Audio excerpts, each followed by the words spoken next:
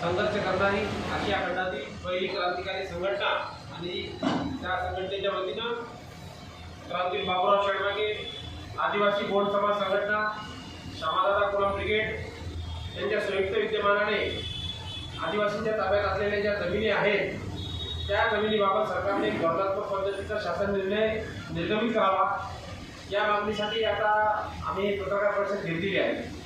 उद्या महाराष्ट्राचे वनमंत्री गणेश नाईक या जिल्ह्यामध्ये येणार आहेत, त्यांच्या कानावर सुद्धा हा विषय आपल्या माध्यमातून केला पाहिजे, त्यासाठी हा पत्रकार परिषदेचा आम्ही आयोजन केलेला आहे।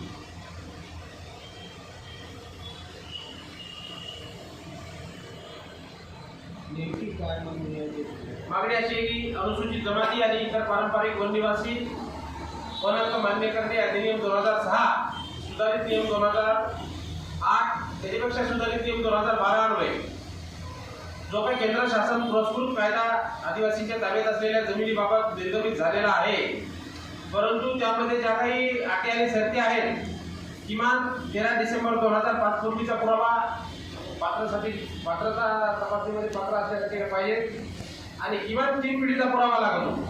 म्हणजे देशाला स्वातंत्र्य मिळून आज 75 वर्ष झाले आणि 2005 ला 3 पिढीचा पुरावा मागण्याचे 8 त्याच्यामध्ये टाकले, तर ती 8 एक स्थिती झाली पाहिजे, ही एक मागणी आहे।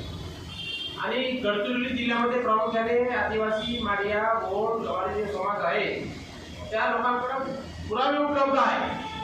म्हणजे इकडे जर गेलं तर सांगतात की तुमच्याकडे पुरावे नाही, आणि ज्याच्याकडे पुरावे उपलब्ध असताना त्या लोकांना त्या अधिकारापासून वंचित ठेवलेले।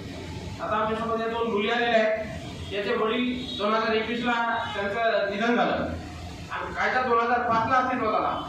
म्हणजे कायदा अस्तित्वात असताना यांचे वडील जिवंत होते तेव्हा यांच्या वडिलांना ती जमीन देण्यात आली आहे। आता ती जमीन यांना मिळाली पाहिजे, त्याच्यासाठी त्यांचा तो एक जोरदार संघर्ष सुरू आहे। त्यावेळी या परिषदेमध्ये सहभागी झाल्या।